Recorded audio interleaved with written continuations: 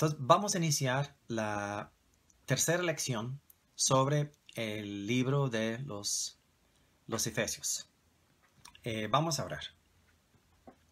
Y vamos a orar la misma oración que hizo Pablo en el capítulo 1 de los Efesios. Pido que les sean iluminados los ojos del corazón para que sepan a qué esperanza los ha llamado. ¿Cuál es la riqueza de su gloriosa herencia entre los santos? ¿Y cuán incomparable es la grandeza y su poder a favor de los que creemos? Ese poder es la fuerza grandiosa y eficaz que Dios ejerció en Cristo cuando lo resucitó de entre los muertos y lo sentó a su derecha en las regiones celestiales, muy por encima de todo gobierno y autoridad, poder y dominio, y de cualquier otro nombre que se invoque, no solo en este mundo, sino también en el venidero. En el nombre de Jesús. Amén. Entonces, para repasar, en las primeras dos lecciones hemos visto dos o tres puntos muy importantes.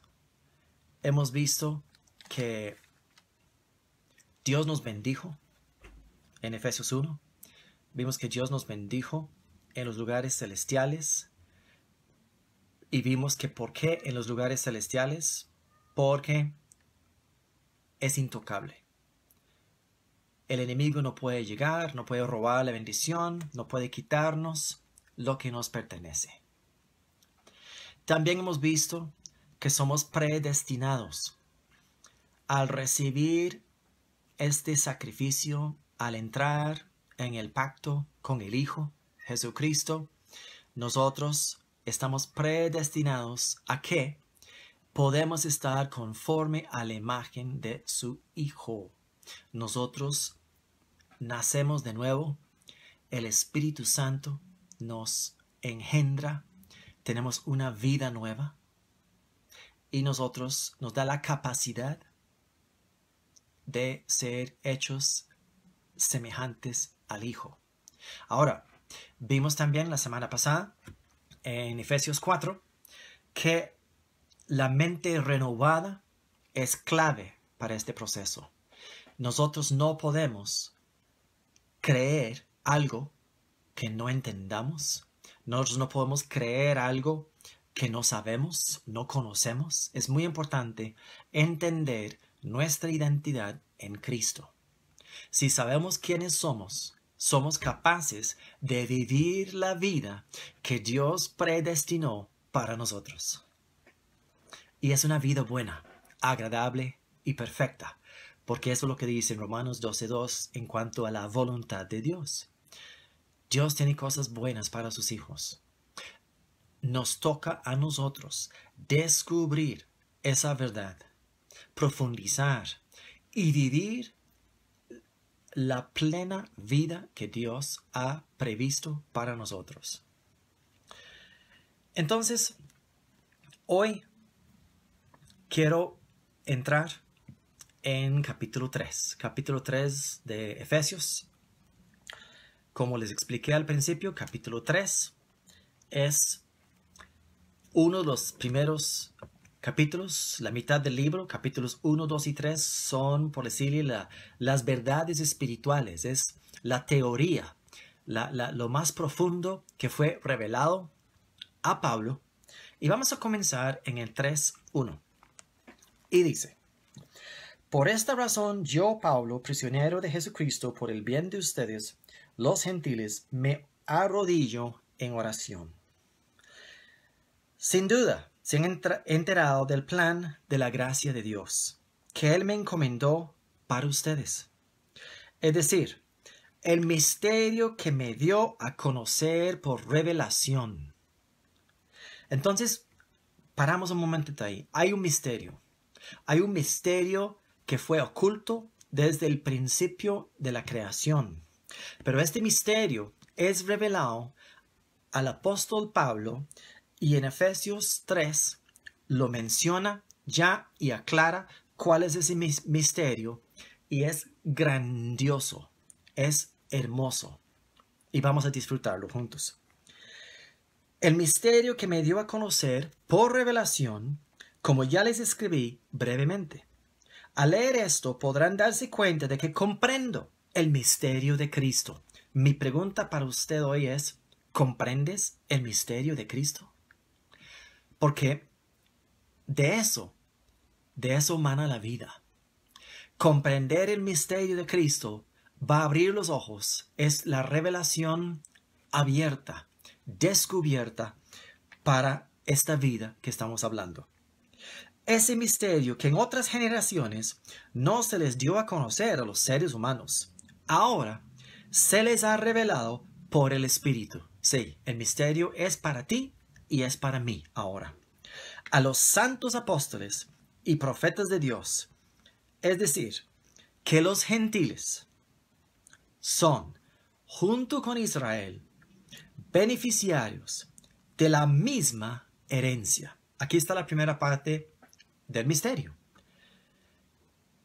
Que nosotros que nunca tuvimos pacto con Dios, ahora estamos como beneficiarios de la misma herencia que el pueblo judío desde el principio a través de Abraham. Nosotros somos beneficiarios,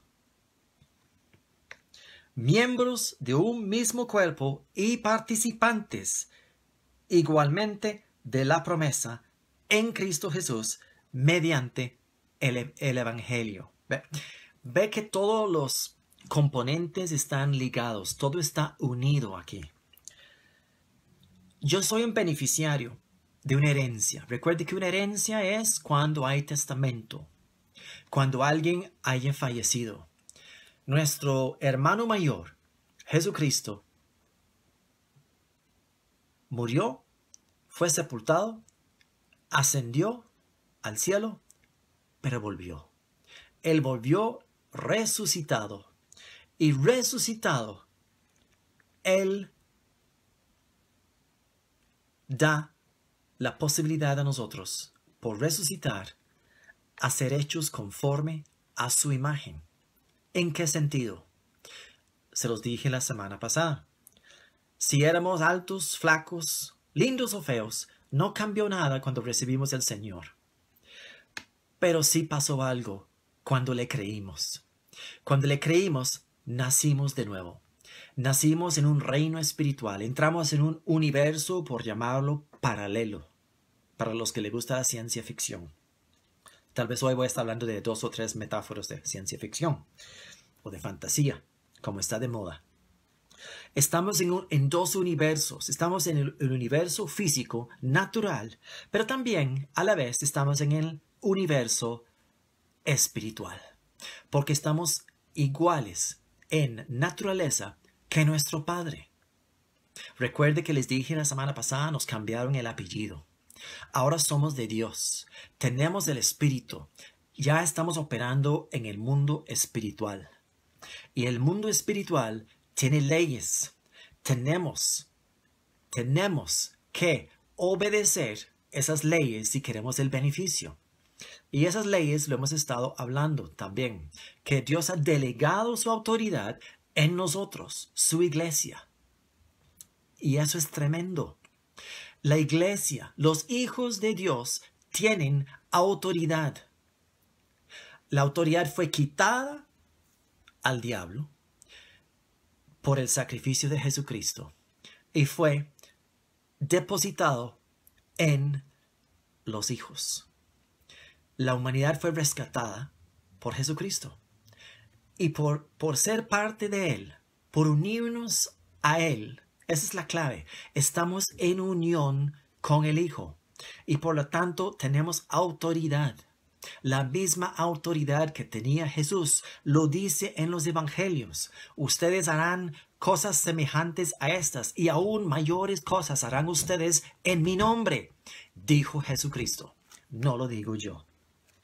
Entonces, ¿cuál es el beneficio? La herencia. Hubo un testamento. Lo tengo en mis manos. y tal vez usted lo tiene en sus manos hoy. Se llama la palabra de Dios.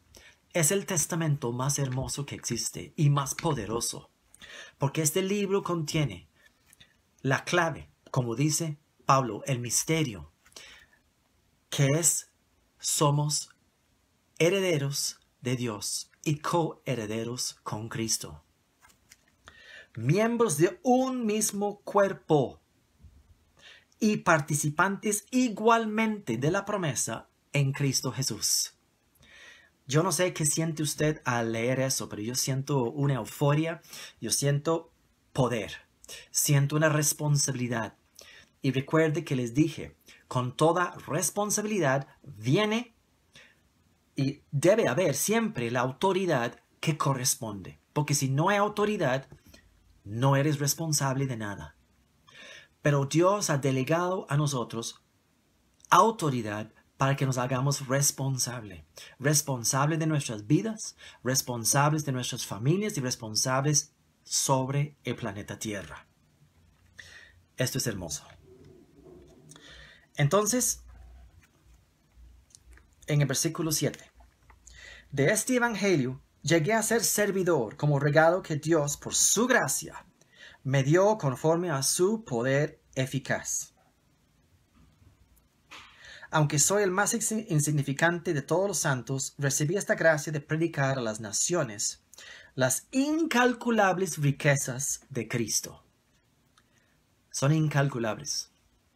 Yo creo que cuando lleguemos ese día glorioso, cuando estamos frente al Señor, cuando estamos ya en el tercer cielo, y Él nos explica y nos dice: wow, no aprovechaste esto, ni esto. Y empezamos a tratar de calcular o contar las riquezas de esa gracia. Nos vamos a dar cuenta que tal vez hemos caído corto. Pero no vamos a pensar en restar nada hoy. Pensamos en sumar, pensamos en más bien multiplicar. Creémosle la palabra que recibimos hoy. Porque si creemos esta palabra, y más adelante vamos a estar viendo la práctica, vamos a vivir la herencia. Y no estoy hablando de dinero. El dinero está incluido, pero no es lo más importante. Lo más importante es que tengan vida en abundancia. Y esta es la vida eterna, dijo Jesús, que te conozcan a ti y a su Hijo Jesucristo. Entonces, la multiplicación y los beneficios para un hijo no llegan por esforzarse en lo natural. Los beneficios llegan por conocer, creer, después de que conozca, que lo crea y que confía en ese sacrificio de Jesucristo. La única manera de hacer eso es conocer tu identidad. Saber que estás hecho conforme a la imagen de su Hijo. Porque usted piensa que lo puede lograr en sus propios esfuerzos y va a llegar decepción y fracaso. Pero eso no somos nosotros. Hemos sido llamados a algo hermoso, increíble. Esta sí es increíble. Aunque lo vamos a creer, ¿me entienden lo que quiero decir? Es el misterio escondido. Entonces, vamos a leerlo. Desde el 8. Aunque soy el más insignificante de todos los santos y recibí esta gracia de predicar a las naciones de las incalculables riquezas de Cristo y de hacer entender, aquí viene la clave, hacer entender a todos la realización del plan de Dios. Sí, Dios tiene un plan, las cosas no pasan al azar. Dios tenía un plan, nosotros ahora estamos en ese plan. Eso es lo maravilloso. La realización del plan de Dios, el misterio que desde los tiempos eternos se mantuvo oculto en Dios, creador de todas las cosas. En el 3:10, el fin de todo esto es que la sabiduría de Dios, vean, sabiduría de Dios. ¿Cómo podríamos resumir o aclarar qué es sabiduría de Dios? Es el conocimiento del Creador. Y Pablo lo tiene y lo está revelando. La sabiduría de Dios, en toda su diversidad, se dé a conocer ahora. ¿Ok? Esto fue escrito hace casi 2000 años. Entonces, hoy es vigente que se dé a conocer ahora por medio de la iglesia.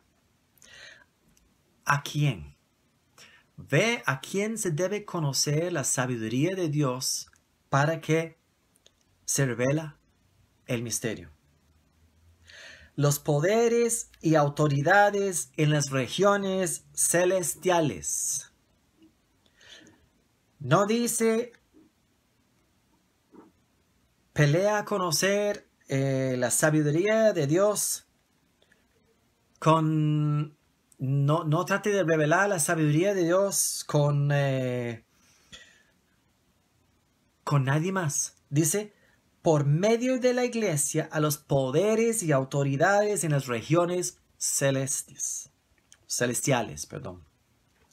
conforme a su eterno propósito, realizado en Cristo Jesús, nuestro Señor.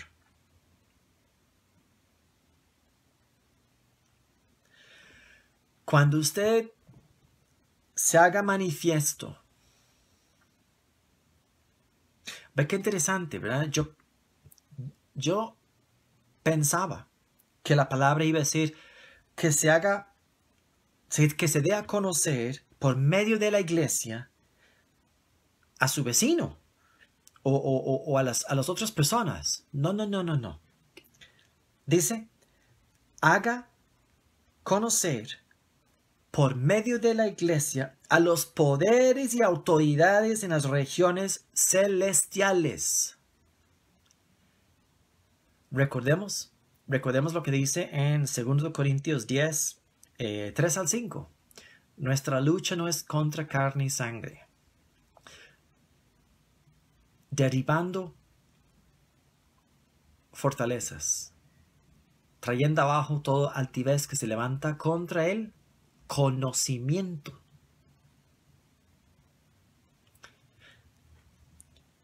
Por medio de la iglesia, los poderes y autoridades en las regiones celestiales. La única manera que podemos hacer eso es cuando creemos y establecemos el fundamento. El fundamento que he estado hablando desde que comenzamos con Efesios. Que yo fui hecho a la imagen del Hijo, Jesucristo. Aclaro para los que están escuchando esto por primera vez, no estoy diciendo que yo soy Jesucristo. Estoy diciendo que nos hizo a su imagen y semejanza. Lo dijo en Génesis, y al venir Jesús, porque eso se perdió en el Edén, en el paraíso, pero ahora se recuperó en Cristo. Por lo tanto, ocúpate de estar hallado en Cristo. En Él, y aquí está la otra clave, mediante la fe. Ve que siempre está diciendo mediante la fe. Disfrutamos de libertad y confianza para acercarnos a Dios. Libertad y confianza acercarnos a Dios. Mucha gente cree que tiene libertad y confianza con Dios. Pero yo te doy una clave hoy del reino, el reino de los cielos. Escucha a la persona a la hora de orar. Si la persona cuando está orando dice, Padre en los cielos, tú que eres el creador, que hiciste todo. ¿A quién está orando? Yo no veo cercanía. Yo no siento una confianza en una relación íntima de padre e hijo en esa oración. Yo siento más bien me da un sabor de religiosidad. Recordemos también sobre oraciones. Tu oración, mi oración, debe ser corta, eficaz, poderosa. ¿Cómo?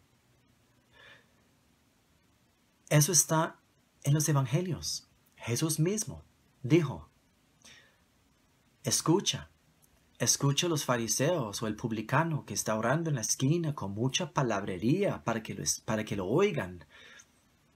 Mucha palabra no quiere decir mucha autoridad. Las oraciones de Jesús en la palabra son las oraciones más cortas. Son muy sencillas. A veces son de 1, 2, 3 palabras. Una media docena de palabras, mucho. Levántate, sé sano.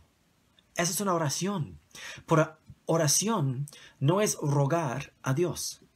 Usted no puede rogar por algo que ya está hecho. Si yo le digo, fíjate que le estacioné un carro en su cochera, en su casa, esta noche, antes de venir y predicar. Y usted, en este chat, en este medio, en Facebook Live, usted me pregunta, me reclama, Steve, dame el carro. Steve, envíame el carro. ¿Dónde voy a recoger el carro? Pero yo sé que ya le puse el carro en su cochera. Mi respuesta va a ser, pero ¿no está viendo lo que yo ya hice por ti? ¿No está viendo que ya no tenés que hacer nada? Que solo tienes que creer, abrir la puerta y ahí está. Y las llaves están puestas. No sé para quién es, pero si alguien ocupa un carro, ahí está. La fe es así. ¿Usted cree o no cree que está hecho? Si usted cree que algo está hecho, cuando usted acerca a Dios, usted no pide. Si usted tiene una buena relación, y aunque no podemos comparar nuestras buenas relaciones con nuestros padres terrenales, porque nuestro Padre Celestial es infinitamente superior, infinitamente más hermoso, infinitamente más dadivoso y bueno. Usted no acerca a su papá y si hay una buena relación y papá, quiero que me regales una cosa, papá.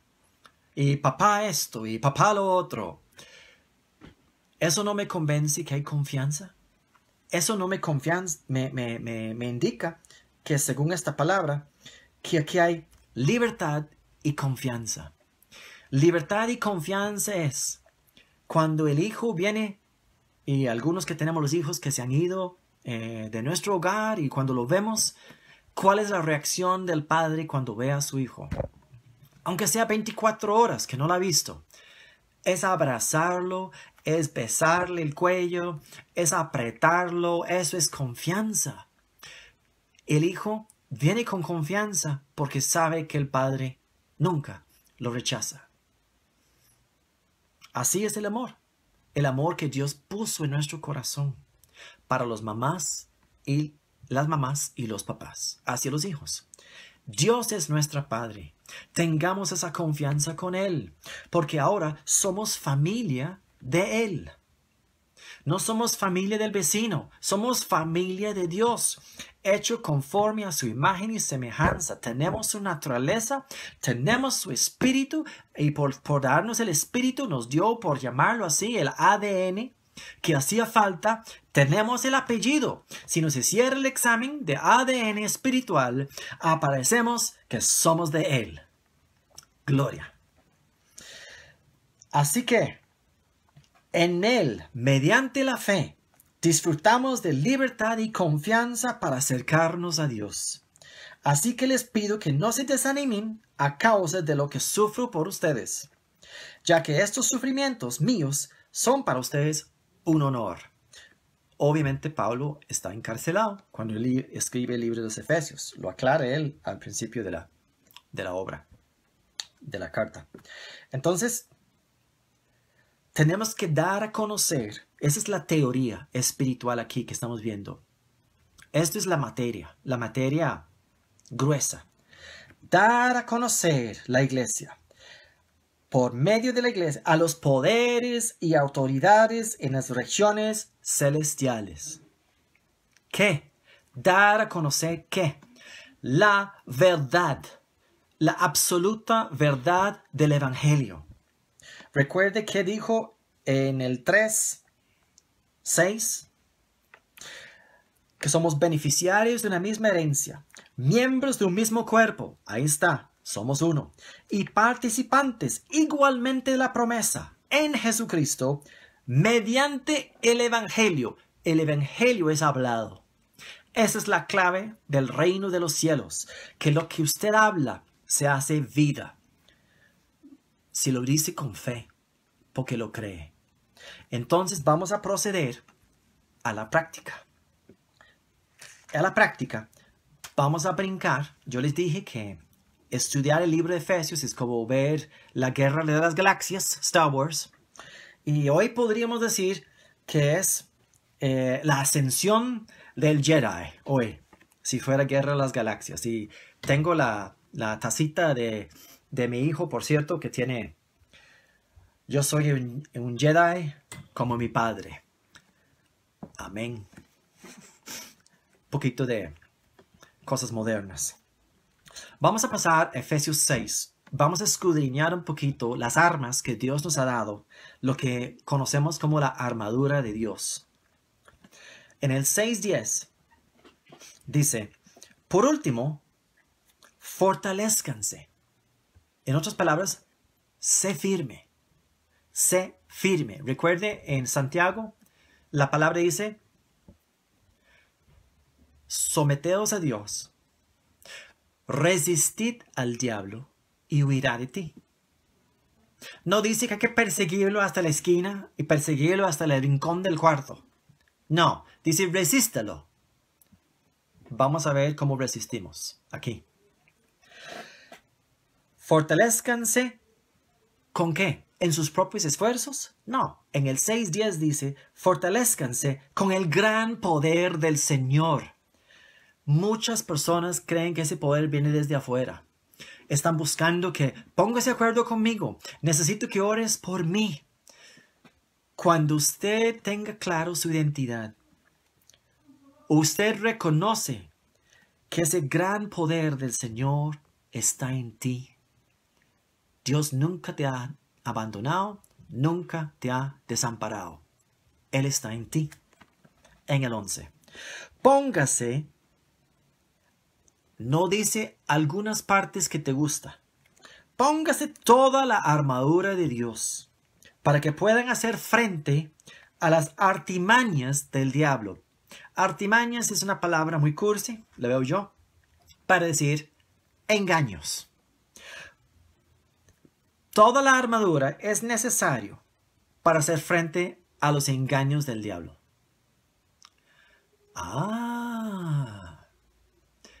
Todo es necesario. No solo el escudo de la fe y no solo la espada del Espíritu. Hay una verdad escondida ahí que vamos a estar viendo ahora. Toda la armadura del Dios para hacer frente a los engaños de Satanás. ¿Cuál es uno de los engaños del enemigo? El enemigo siempre viene con una media mentira. Quiere torcer la verdad. He escuchado de algunas personas que dicen, y no entiendo cómo lo dicen, y lo que estoy compartiendo es para el bien de las personas que tal vez en algún momento han sido engañados, porque está bien sentirse víctima porque fuiste engañado una vez, pero cuando conoces la verdad no se vale hacerse víctima. Somos vencedores, más que vencedores en Cristo Jesús, no víctimas. Uno de los engaños del enemigo en cuanto a la salud, que es el tema que creo que todos en algún momento hemos enfrentado, una mentira o una enfermedad. Pero vea qué es el engaño del enemigo. Las personas dicen, ¿cómo está fulano? Bueno, ahí estoy en una prueba y tal vez no dicen de Dios, pero están pensando que es de parte de Dios. Una prueba de Dios. Y uno, ¿cómo qué? ¿Qué está pasando? Es que padezco de... Y empiezan a nombrar las enfermedades. Un momentito. Usemos un poquito de lógica. Si tuviéramos un curso de lógica de la universidad, lógica 101. Si la enfermedad fuera la voluntad de Dios, que no lo es, pero si lo fuera, ¿por qué vas al doctor en contra de la voluntad de Dios? Vea lo ilógico que es. Si la enfermedad es algo que Dios creó, que Dios quiere que experimente un ser humano, ¿por qué voy a resistir algo que Dios mandó? No es lógico. De hecho, en el fondo, esa persona sabe que es algo que se quiere curar, que es algo que donde quiere estar sano. No quiere seguir enfermo. Por eso busca o corre al doctor. Entonces, Deuteronomio capítulo 28 aclara muy bien en el viejo pacto la bendición y la maldición. Y está muy claro, la enfermedad es una maldición. No es una bendición. Y nosotros hemos visto desde Efesios 1 que la bendición es nuestra. La maldición no es parte de nuestra vida. La enfermedad no es para nosotros. Somos sanos. Fuimos creados a imagen y semejanza del Hijo, con la autoridad del Hijo para rechazar. No debemos recibir esos dardos del enemigo que vamos a leer más abajo sobre la armadura de Dios. De hecho, en los evangelios, Jesús andaba sanando a todos. Los únicos que donde no pudo hacer muchos milagros, según la palabra de Dios, fue en su propia tierra natal, porque no había fe. Pero la voluntad de Dios es que ejercitamos la fe y que veamos esa vida salir de nosotros y manifestarse en lo natural.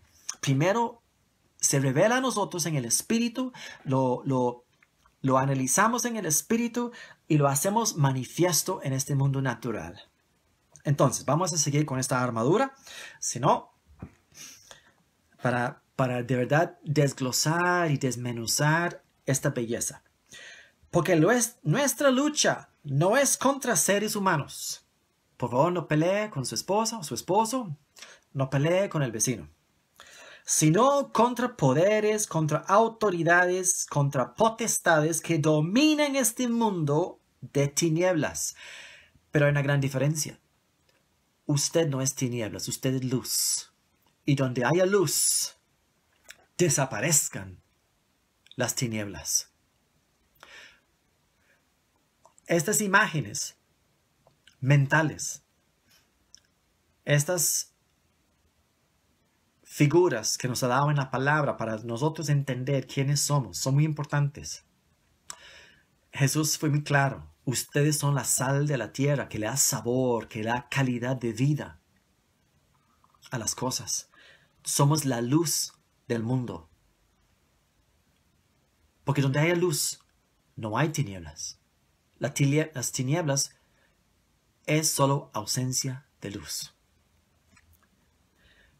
Y cuando un hijo entra en un lugar, entra la luz. Huye las tinieblas. Huyen de un hijo que conoce muy bien su identidad en Cristo y sabe quién es. Ese es el mensaje de hoy. Fortaleceos en el gran poder del Señor. Y es su identidad y mi identidad en Cristo.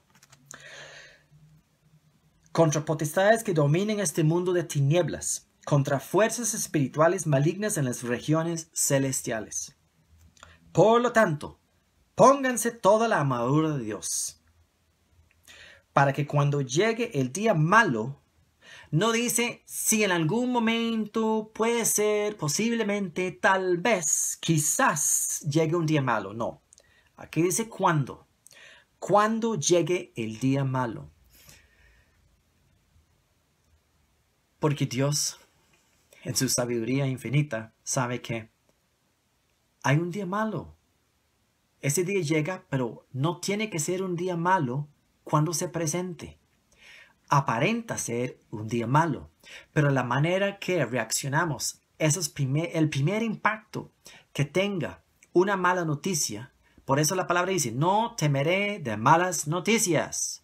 ¿Por qué no temeré de malas noticias? Porque yo sé en quién he creído. Pero si yo escucho una mala noticia, empieza una tembladera y empiezo a reaccionar en la carne, ya el dardo empezó a tocar el nervio, ya lo creo o estoy titubeando o estoy dudando, estoy con incertidumbre. Pero no, póngase toda la armadura de Dios en el 13, para que cuando llegue el día malo puedan resistir hasta el fin con firmeza. Sí, hasta el fin. Siempre hay un fin del día malo. El día malo puede ser un día, puede ser 5 minutos. Hemos tenido, los que tenemos años de estar en el Evangelio, días malos de minutos y días malos que han durado más de un día. Todo depende de nuestra reacción. ¿Sabemos quiénes somos? ¿Conocemos nuestra identidad? 14. Manténganse firmes. De nuevo, firmes. Yo no puedo ser firme en algo que no sé. Yo tengo que tener bien claro, tengo que estar bien armado para mantenerme firme. Ceñidos con el cinturón, vea y por qué está en primer lugar. El cinturón de la verdad. ¿Por qué el cinturón de la verdad? Porque el cinturón de la armadura es lo que mantiene todo realmente amarrado. El cinturón va a mitad del cuerpo y amarra el ropaje al soldado. Recordemos que esto fue escrito hace 2000 años, donde se ocupaba toda esa clase de armadura. Y la analogía está muy linda y muy buena. Cinturón de la verdad. Si yo conozco la verdad, no puedo ser engañado. Lo que les dije antes. Engañado con una media verdad o una completa mentira. La ignorancia me va a dar cabida al enemigo de que me derrumba, que me derrote. Pero la verdad te hará libre, dice Jesucristo. No lo digo yo. Cinturón de la verdad, ese es el primer punto. Debo conocer la verdad, debo profundizar en estas verdades espirituales y darme cuenta quién soy. Ese es el anhelo de todo hijo, saber quiénes son mis papás. Bueno, aprenda quién es tu padre y date cuenta y esté seguro, ¿es su padre o no es su padre Dios? ¿Eres hermano de Jesucristo o no eres hermano? Tenga seguridad. Solo usted puede hacer eso.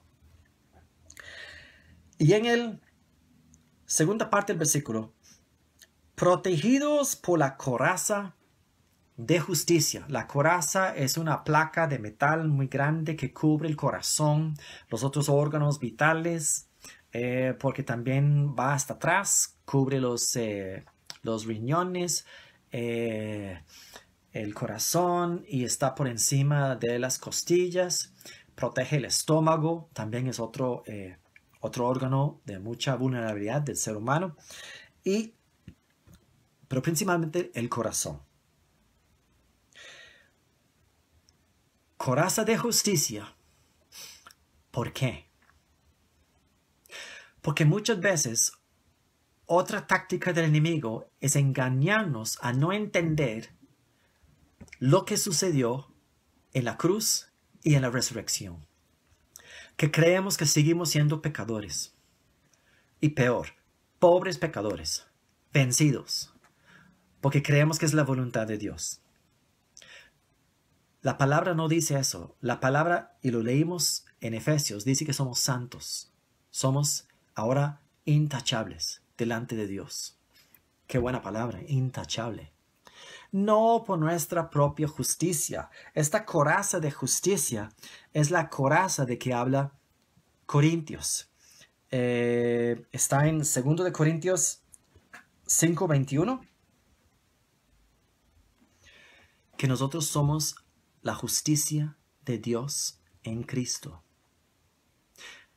Vea que esa coraza es conocimiento. La coraza es conocimiento. Es saber que no me van a engañar, que yo no merezco que Dios me dé nada. No, yo no merezco esto. Yo no merezco tener un buen trabajo donde me pagan bien. Yo con solo que puedo sobrevivir. Eso no es justicia de Dios. Eso es una mediocridad. Dios quiere proveer mucho más abundantemente lo que pedimos y entendemos, según Filipenses 4:19. La coraza de justicia es que yo reconozco que no es mi justicia. Que cuando yo veo mi vida ahora, yo debo ver lo que Dios ve. Yo debo ver la naturaleza del Hijo en mí y reflejarlo también. Si lo creí, lo voy a reflejar y voy a vivirlo. Hay una gran responsabilidad con la gracia. No es todo para mí, todo para adentro y nada para afuera. No, la prueba del litmo es que yo reflejo lo que yo he creído. Y si yo no lo reflejo, no lo he creído aún. Entonces la coraza de la justicia es que Jesús me da su naturaleza y que yo ahora puedo acercarme, como hemos visto en la teoría en Efesios 3, con confianza, con libertad, al trono. Yo no tengo ningún impedimento ahora. Entonces, en el 6:15, y calzados con la disposición de proclamar el evangelio de la paz. Qué interesante. Calzados con la disposición de proclamar el evangelio de la paz. De nuevo, conocimiento, entendimiento. El evangelio es de la paz. Si no fuera así, diría, y calzados con los tacos enfrente de fútbol para el partido, para darle duro al enemigo. No dice eso. Dice calzados con la disposición de proclamar el evangelio de la paz, que Dios está en paz con la humanidad, reconciliado con Dios. 2 Corintios, capítulo 5, entre el 17 y el 21, reconciliados con Dios, que Dios se reconcilió contigo ya. Dios no está enojado contigo. Dios está en paz con el ser humano. Venga a la casa de Dios. Invite su creador a tu casa. Y no estoy hablando de 4 paredes, estoy hablando de tu vida. Invítelo a tu vida. Dígale, sí, yo necesito esto. El evangelio de la paz. Y disposición de compartirlo. Sí. Además de todo esto, tomen el escudo de la fe. Y aquí viene la razón de que le dicen escudo de la fe, con el cual pueden apagar todas las flechas encendidas del maligno, los dardos, los pensamientos, las mentiras, los engaños del enemigo que tira de largo porque no se puede ni acercar a un hijo que lo conoce de verdad, a su padre. Él los tira de largo, los tira a través del vecino, a través de alguien negativo, alguien que no cree la verdad. No es, si es su esposo que dice cosas negativas, él no es el enemigo. Aunque usted quisiera, no es así. Y si es su esposa, ella no es la enemiga. El enemigo es el maligno, es el diablo. Él no ha cambiado su táctica en la historia de la humanidad. Él tira sus ideas, él tira lo negativo para ver a quién pesca, quién, como dicen, perdón, coloquialmente, quién le da bola. ¿Quién le da vuelta a algo negativo? Y por estar meditando en lo negativo, no está meditando en la palabra. Hay que meditar en la palabra. Día y noche, dice la palabra. No es que tienes que andar la Biblia debajo del brazo, porque solo lo vas a llenar de sudor, de su sobaco. Usted tiene que tener la Biblia aquí. Y usted tiene que saber que usted creyó y creyó de verdad la palabra. Que usted sabe bien claro quién es usted y la autoridad que tiene. Y cada vez que usted abre su boca y usted habla de parte de Dios, no de parte de los hombres. Cuando usted habla, hable de parte de Dios. Porque Dios delegó la administración de la tierra en manos de su iglesia ahora. Su cuerpo. Él es la cabeza, nosotros somos su cuerpo. Entonces, el escudo de la fe. La fe es lo que le protege de los dardos del enemigo. La fe es saber qué fue lo que hizo Jesús para nosotros, para nuestro beneficio, y saber que está hecho y nadie le puede tocar. Es nuestro. Tomen el casco de la salvación. Muy importante. El casco de la salvación.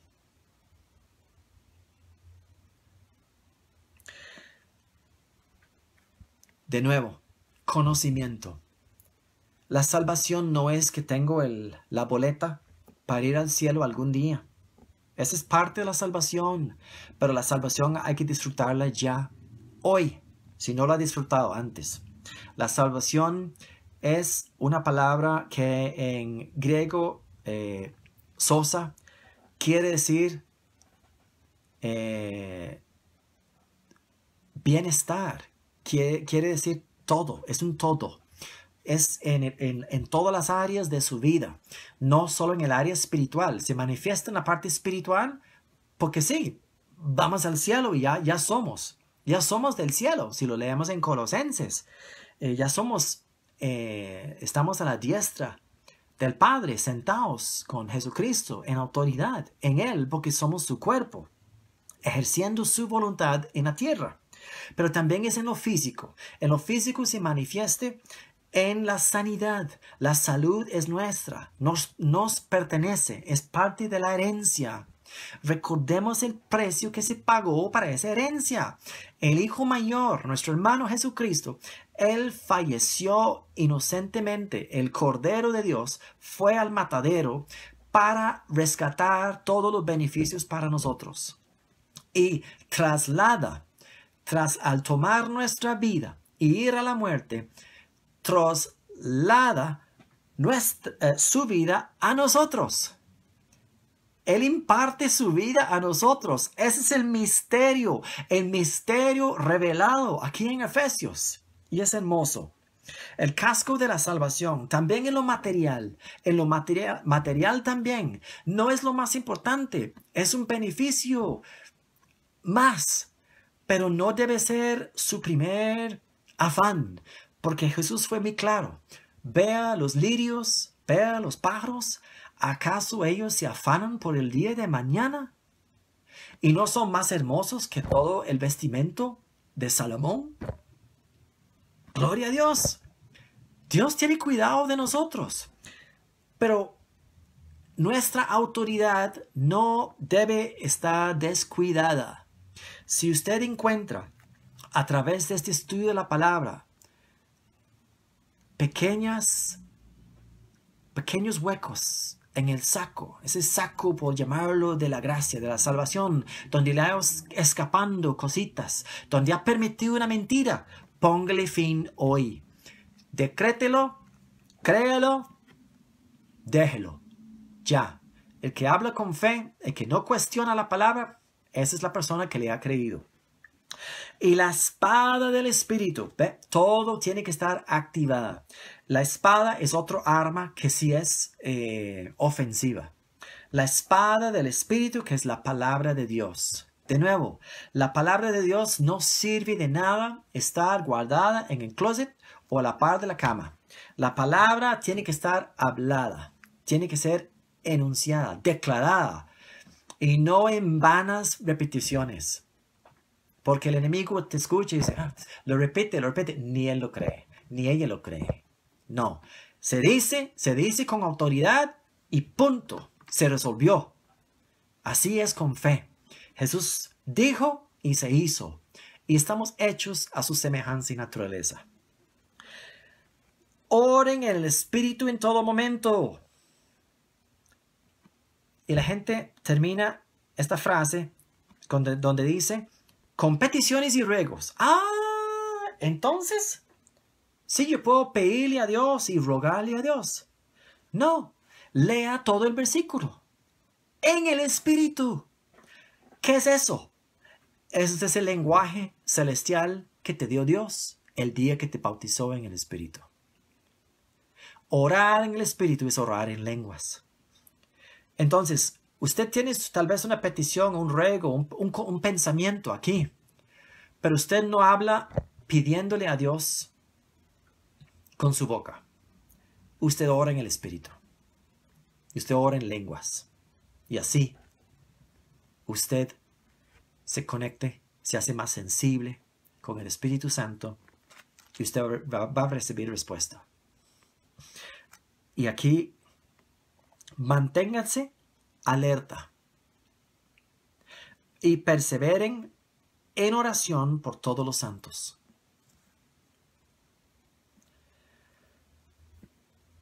Cuando usted se da cuenta de la necesidad de su hermano, su hermana, es cuando usted persevera en oración, donde usted declara, usted manda la palabra, porque hay algo contraria a la voluntad de la palabra, la voluntad de Dios. Que nuestros hermanos estén pasando necesidad de esta congregación o otros hermanos, no es la voluntad de Dios. Pero Dios ha dado en exceso a algunos de la congregación para que podamos bendecir, aunque sea cada 15 días, y proveer diarios para los hermanos que están menos afortunados que nosotros. Pero como ellos son de fe y están parados firmes, Dios está respondiendo y respaldando su fe a través de su familia. Dios primero trabaja con su familia y también trabaja con los de afuera. Él cuida de todos, pero hay que confiar en Él. Hágase conocer su necesidad. Comuníquese a través del el WhatsApp si hay una necesidad, para que varios de los líderes podamos orar y actuar de parte de Dios para su necesidad. Oren también para mí, para que cuando hable, Dios me dé las palabras para dar a conocer el valor del misterio del Evangelio, por el cual soy embajador en cadenas. Recuerde que Pablo también dice en Corintios, somos embajadores de Cristo. Y saben que el embajador es el que lleva la autoridad de un presidente en el extranjero legalmente. Usted sabe por eso es un gran problema cuando un embajador dice algo que no es política de su nación donde vive. Él debe repetir y debe ser un reflejo de la nación de su origen. Y él representa y tiene autoridad y tiene poder delegado para actuar en nombre del presidente en el extranjero. Nosotros somos embajadores de Cristo, porque Cristo en su forma corporal está en el cielo. Pero está presente en nosotros, está en nosotros. Nosotros somos su cuerpo y somos sus embajadores. Este mensaje es precioso. Soy embajador en cadenas. Nosotros no hemos tenido que vivir lo que Pablo vivió. Gracias a Dios. Qué campeón Pablo. Qué increíble. Oren para que lo proclame valerosamente como debo hacerlo. Después vienen unos saludos y termina en el 23 y 24. Que Dios el Padre y el Señor Jesucristo les concedan paz, amor y fe a los hermanos, no a ustedes mismos. No dice, conceda paz y amor y fe a usted mismo. No. Usted es el beneficiario de paz, amor, gozo, paciencia, amabilidad, benignidad, fidelidad o fe, humildad y templanza, porque el Espíritu conlleva todo ese fruto en él. Ese es el fruto que usted tiene adentro. Haga manifiesto ese fruto y vas a ver la vida de Dios en ti. La gracia sea con todos los que aman a nuestro Señor Jesucristo con amor imperecedero. Wow. Increíble. Increíble. Es lindo. La palabra de Dios es linda. Si no le da ese sentir, si no le da ese sabor cuando usted lee la palabra de Dios o escucha, tal vez es porque es otro evangelio, como dijo Pablo en Gálatas 1, 6 a 9. Por eso es muy importante el cinturón de la verdad. La verdad de Dios. La verdad de Dios es la gracia. Pablo fue muy enfático en decir eso en la carta a los Gálatas y aquí en los Efesios, que el misterio escondido que ahora es revelado por medio de su Espíritu es que Dios está en paz con nosotros, que Dios nos ha hecho beneficiarios de una herencia y que somos miembros de un solo cuerpo y que somos iguales participantes de la promesa en Jesucristo. Y esa promesa es de vida eterna. Y esa vida eterna es vida Zoe, vida de Dios. Tenemos vida de Dios en esta vida ya. Disfrutémosla, vivámosla, seamos bendición para otros. Porque si usted está bendecido, usted es una bendición. Si usted no es una bendición para otras personas, usted no ha entendido la gracia todavía. Pero no importa, nunca es tarde. Toma una decisión hoy de creerle a Dios.